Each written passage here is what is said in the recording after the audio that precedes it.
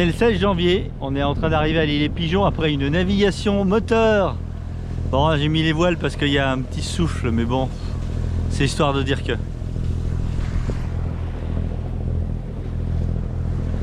On voit que l'eau est pas du tout ridée là. Là-bas peut-être un petit peu là, mais bon. Donc l'île Pigeon, c'est une réserve. J'ai bien l'intention de pouvoir plonger. Ça a l'air sympa. Alors évidemment, on peut pas s'ancrer partout. Visiblement, le long de la plage, à l'extérieur de la réserve, il y a moyen de mouiller sur ancre. On va essayer de faire ça. Là, je vois qu'il y a plein de bateaux. Donc on va regarder les autres. On a regardé sur internet. Il y a quelqu'un qui a mis le plan exact de la réserve et l'endroit où c'était. Oui, c'était sur Navily. C'est vrai que c'est quand même pratique Navily, hein. Il y a aussi d'autres applications. Il y a une application américaine là, mais bon, pour les Français, moi j'aime bien Navily. Donc il y a Navily et il y a No Foreign Land. Plus on se rapproche des États-Unis, enfin plus on se rapproche des Amériques, plus l'application américaine est... Je suppose qu'elle est américaine, vu le nom. Et bien renseigné, néanmoins, Navily fait quand même le job. Parce qu'il y a beaucoup de Français qui naviguent. Je pense qu'il faut regarder sur les deux. Bon, allez, je reprends quand on a trouvé une place. Et puis donc cet après-midi, je pense que j'irai juste avec l'annexe à l'île Pigeon pour voir, pour faire des petites plongées en apnée, pour trouver un bon spot pour aller plonger. Et si tout va bien, demain matin, je vous emmène plonger. Avec les bouteilles. C'est vrai qu'il y en a toujours qui me posent des questions. Quel régime moteur, quelle vitesse? Donc on est à 5,8 nœuds pour un régime moteur de 1650. Salut les amis, nous sommes le 16 janvier. Nous sommes à l'île Pigeon. Donc pendant la traversée de l'Atlantique, si vous vous souvenez bien, j'ai déchiré le nerf de chute de mon génois. C'est légèrement, il s'est accroché quelque part et j'ai un accro. Donc je vais descendre mon génois et je vais recoudre mon génois. Pour profiter là, je vais vous montrer ma boîte à couture.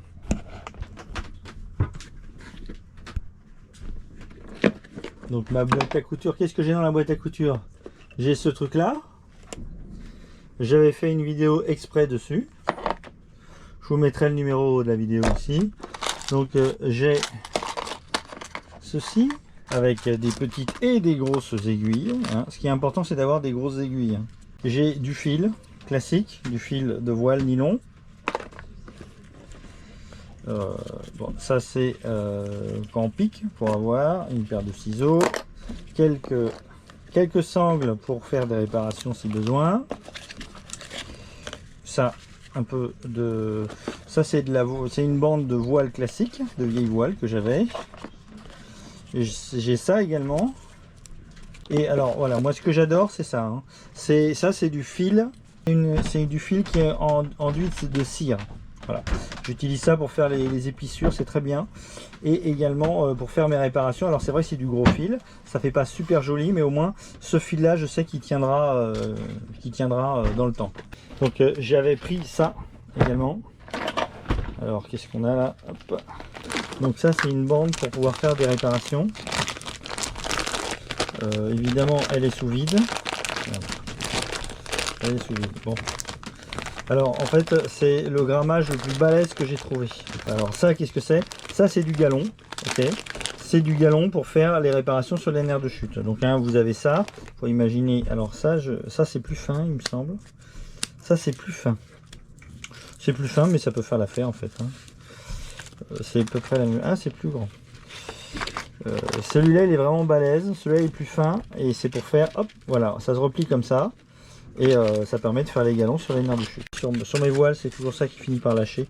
Parce qu'il y a le nerf de chute qui bouge à l'intérieur et qui finit par user la voile. Bon, là, la voile est neuve, elle s'est accrochée, hein. Donc, je vais l'ouvrir. Hein.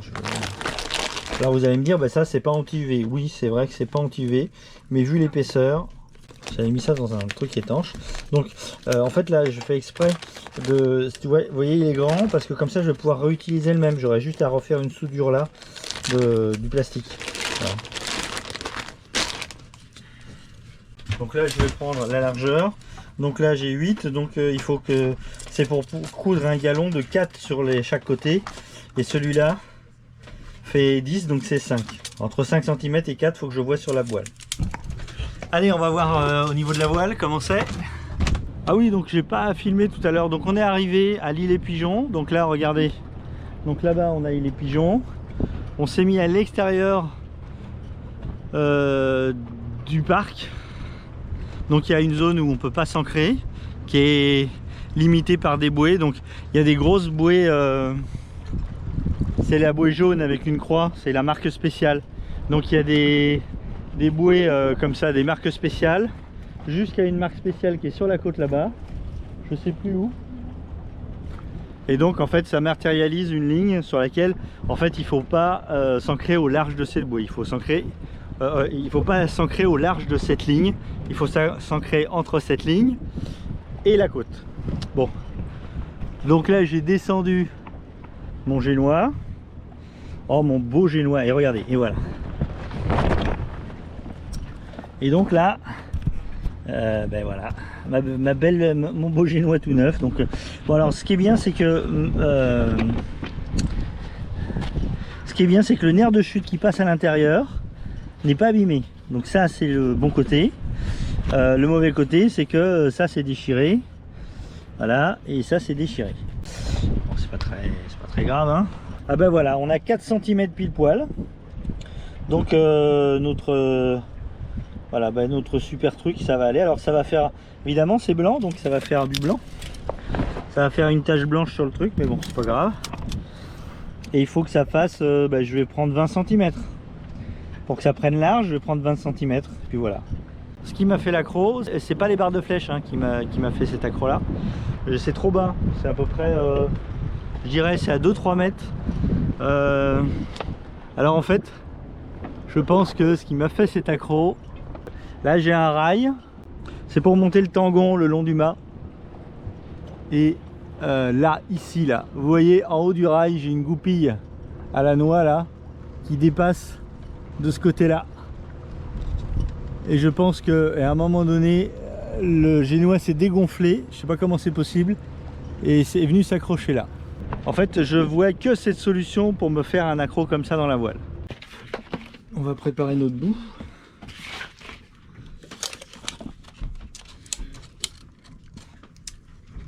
Ah bah voilà, regardez la tasse mondiale, impeccable. On a des règles ici. Alors voyez, je me retrouve à travailler sur un petit coin de table. Alors vous allez me dire, bah oui mais t'as qu'à ranger, mais je suis pas tout seul dans ce bateau.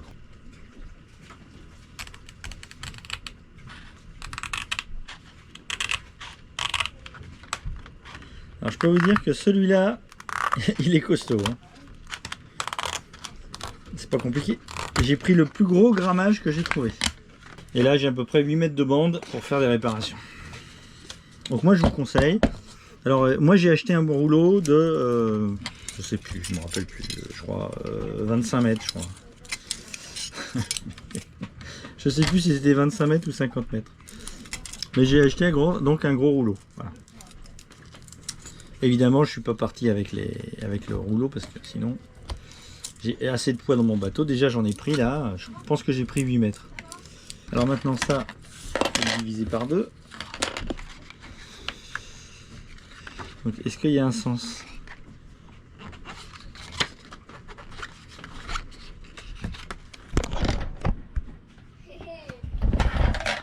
Donc l'idée c'est de le préplier. Alors je pense que la bande anti-UV va dépasser en fait ce truc. Mais bon, c'est pas grave.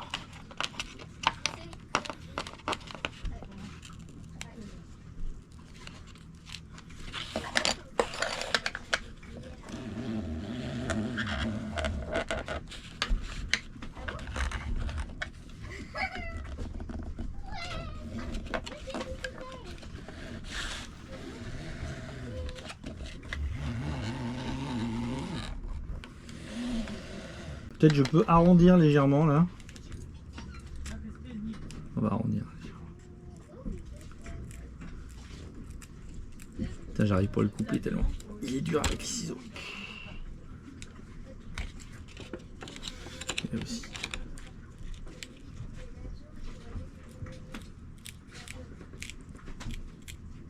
Voilà. Donc on va coudre avec ça, voilà, et avec ça. Hein. Le but c'est de transpercer le bazar. C'est bon. Allez, j'espère que je me rappelle comment on fait la couture. Bon, donc voilà, je me suis installé avec mon petit parasol parce que c'est important de ne pas cuire au soleil. C'est important d'être confortable hein, quand on fait les choses. Donc là, j'ai ma petite voile. Voilà, le bateau, le vent est en train de bouger, donc résultat, je suis plus à l'abri du soleil, mais on s'en fiche. Ouais. Ah ouais, c'est bon. Ouais, j'ai le ciseau et le truc pour brûler. C'est bon ça? C'est bon. Ok. Bon, voilà. L'idée déjà là, c'est de couper tout ça.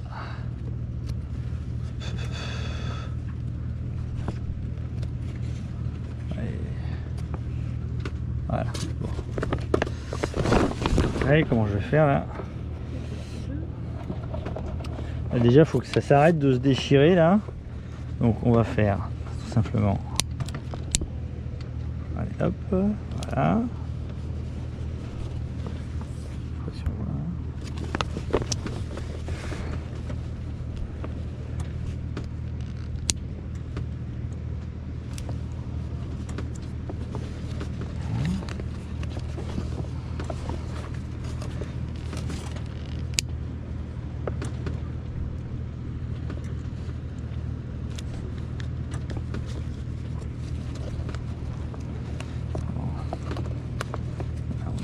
là, hop.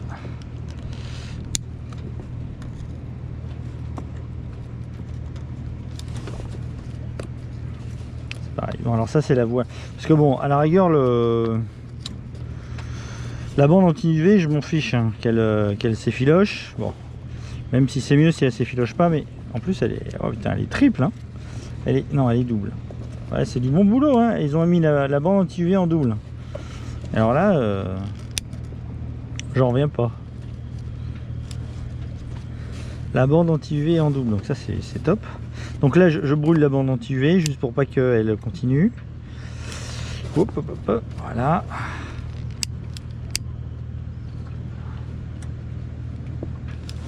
Voilà, voilà. Et alors là maintenant c'est la voile. La voile qui est derrière, j'aimerais bien qu'elle ne s'effiloche pas plus. Donc là c'est plus délicat. Et là, alors évidemment il faut que je brûle ça sans brûler le...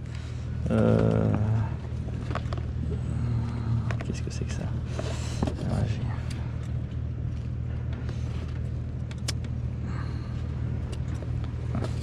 Il faut que je brûle la voile sans brûler le nerf de chute, tout en brûlant... Voilà,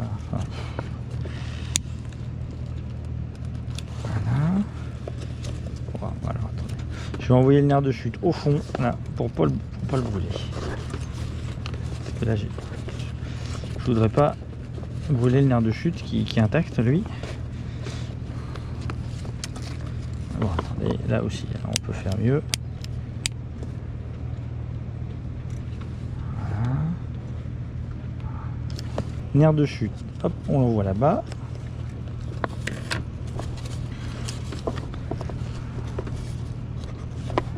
On va essayer de le garder là. Et...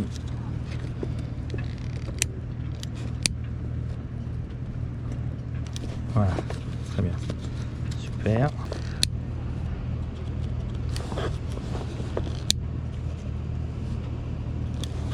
Voilà, bon, ça a l'air pas trop mal. Fais voir. Ça s'effiloche plus là. Je fais juste un petit coup là. Voilà. Là, ça s'effiloche plus du tout. Nulle part. Donc bon, on a cautérisé, hein. En fait c'est comme une plaie. On a cautérisé le nerf de chute, enfin pas le nerf de chute mais la plaie autour du nerf de chute. Voilà, là ici c'est un peu cautérisé aussi mais on peut faire mieux là. Voilà, donc là c'est fini. Et là aussi là ou pas? Voilà, on est pas mal hein. On est bien. Et là, je ferais bien encore un petit peu. Là.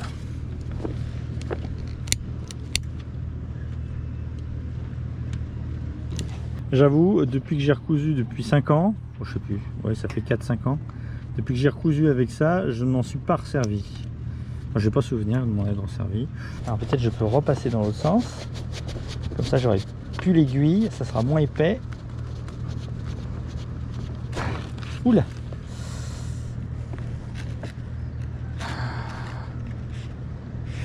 Voilà.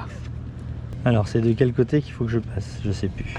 Ça doit être de ce côté-là. Ah ça y est, je me souviens plus du tout comment on fait. Il y a le nerf dessus. Donc vous avez le Qu'est-ce nerf qu'il dessus est bavard celui-là. du galon Allez hop, tac tac tac. de 1,2 mm.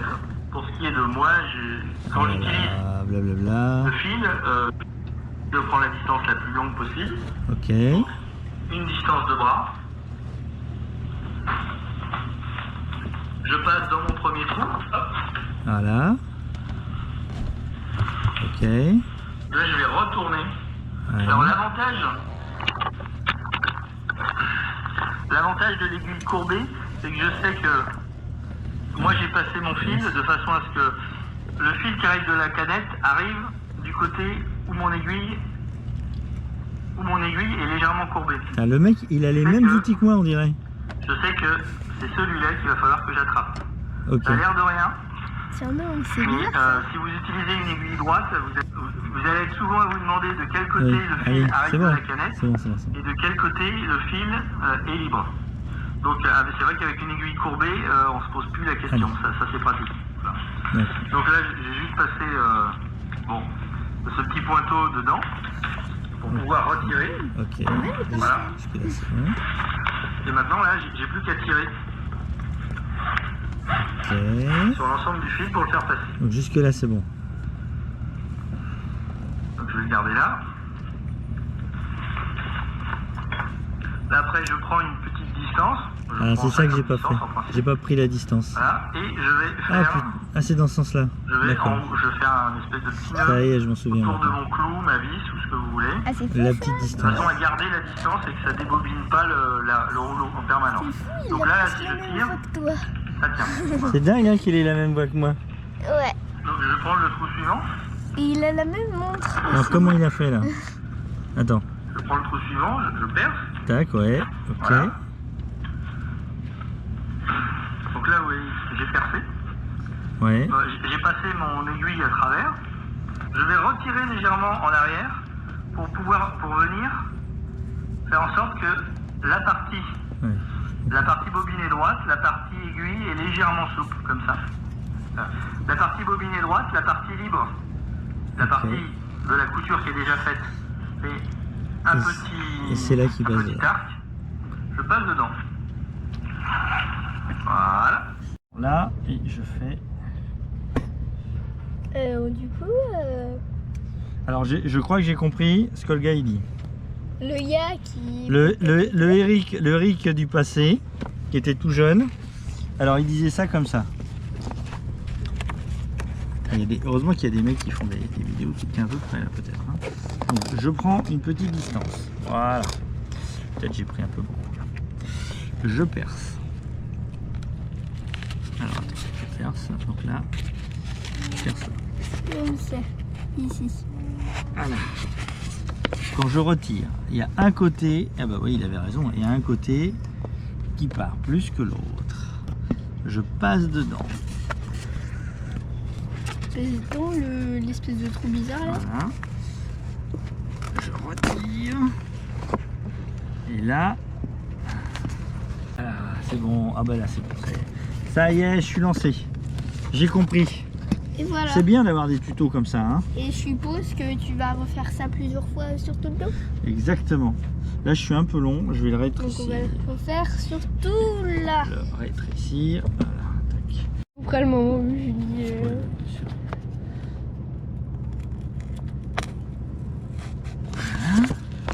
Donc on vous remonte pour être Hop. bien sûr que Alors là, je sais on a pas de tout quel compris. côté. Hein. Alors, papa fait pas mal. Enfin, Eric. Bon, tu peux m'appeler papa. Hein. Ouais.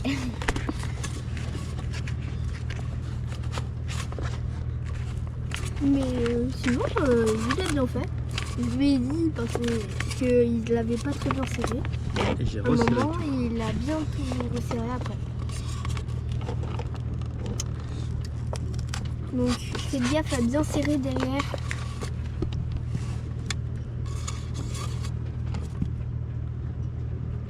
Une fois, je pense. Donc, 1, 2. Oh, je suis un peu proche du côté là. On va essayer de prendre comme ça. Alors, il fait des trous d'abord. Oui, la vidéo d'un mec qui l'avait déjà fait. Et qui a quasiment les mêmes outils. Ah, c'est pas quasiment, c'est les mêmes outils. Il a la même voix aussi. il a la même voix. Il a la même montre.